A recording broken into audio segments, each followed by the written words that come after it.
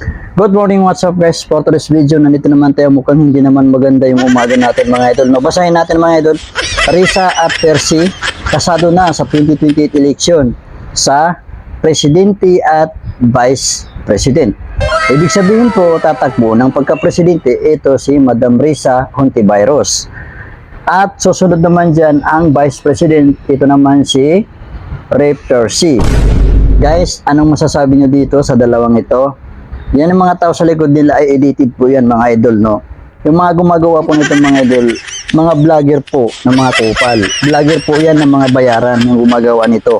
At isa pa dyan mga idol, mga vlogger po yan ng mga nagpapa-earnings, nagpapa-views. Kaya po nila ginagawa yan mga idol.